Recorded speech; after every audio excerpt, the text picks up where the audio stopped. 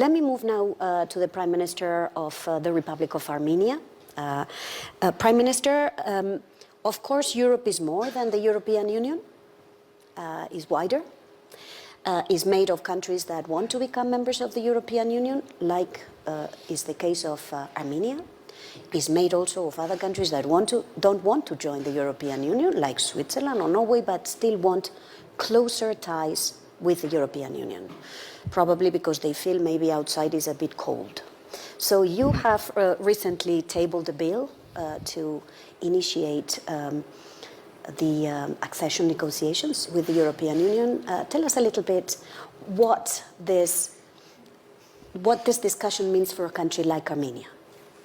Yeah, thank you very much. In reality, there was an initiative by the civil society, and they presented a draft law on the starting of the process of accession of Armenia in the European Union. And our government endorsed that, and there is a very high probability that our parliament would adopt that law. That would mean legally that we start the process of getting more and more closer to European Union. Why we want to be closer to European Union? Because we are democracy. When you are democracy, you want to be closer or in mainstream of democracy, because otherwise it would be illogical. And now we work very closely with European Union, and to be honest, during last years, the tremendous changes and improvements happened in our relations with the European Union. For example, we just started the negotiations on visa liberalization agreement, which was in our agenda for long years, but we weren't able to start even the negotiations, and I hope that we will be able to end it and sign it as soon as possible. Now Armenia is included in the program of European Peace Facility, which is also very important. We have now a European monitoring mission, civilian mission in our country, which is also very important. We are in the process of implementation of a comprehensive and enhanced partnership agreement with the European Union, and we are working very closely. As far as economic ties are concerned, of course, we want to be closer to European Union economically as well. But from the other side, we want to be closer in terms of economy in our regional countries as well. Because unfortunately, from beginning of our independence, we were kind of in economic isolation, because our borders with Turkey and Azerbaijan were and are closed. And so to make change, not only in our region, but globally, in terms of overcoming these supply chain shocks, we put on the table our proposal of our project of Crossroads of Peace, which I hope is familiar to you. And it is about the making our regional transportation communication more effective, and to create new transport communications, not only with Azerbaijan, but with Turkey as well, to deepen our cooperation with Iran, with Georgia. And it is also about the European Union, because if when this project will be implemented, we will have new chain routes through Armenia for the European Union. And it isn't just a matter of economy.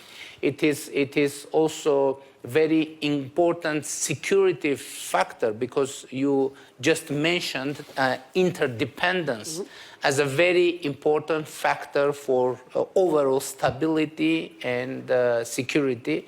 But of course, this project will work in case or when we will be able to create sustainable peace with Azerbaijan.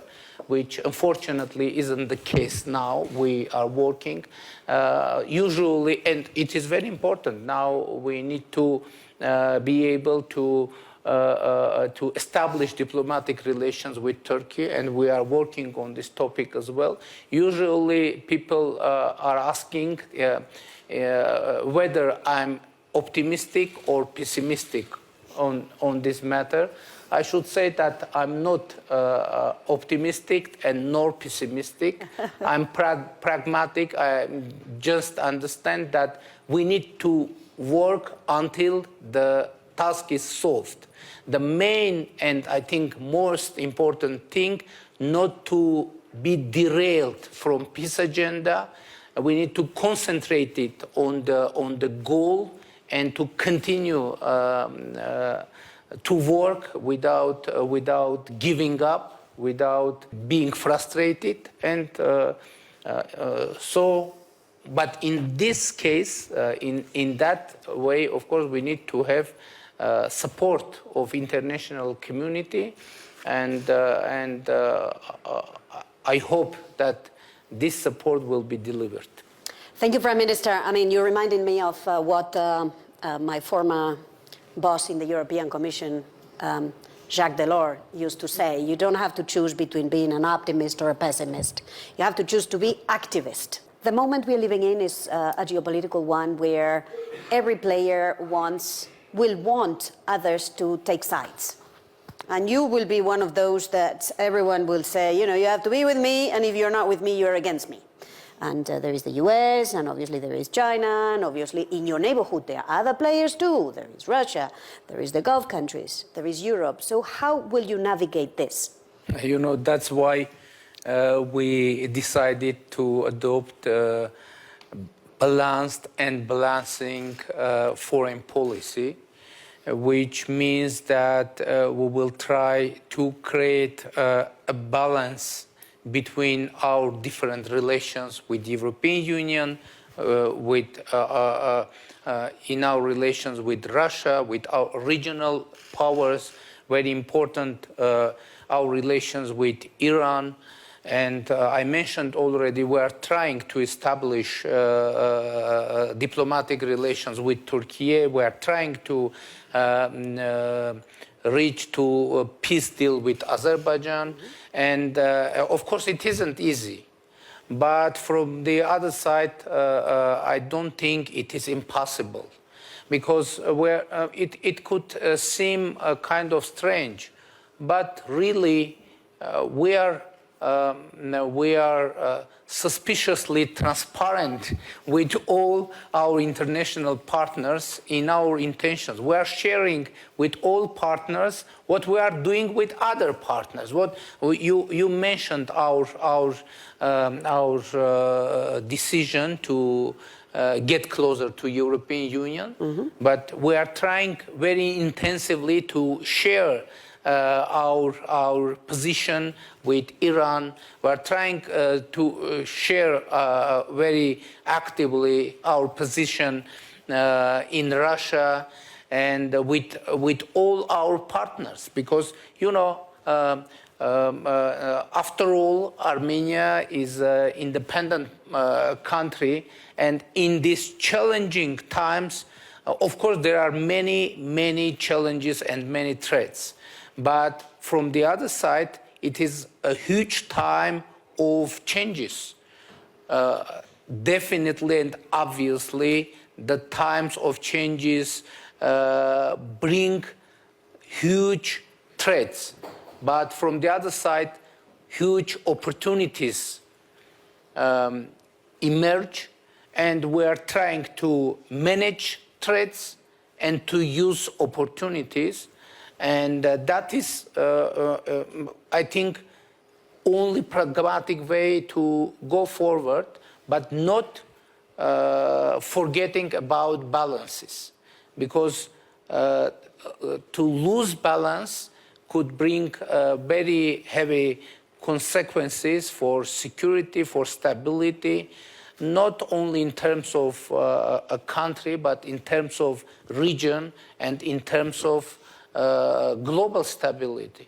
Because when we say and we pose that task to be as interdependent as it's possible, but from the other side, in this situation, any instability in any region of world could start a chain process worldwide, even in the small countries, small regions, etc.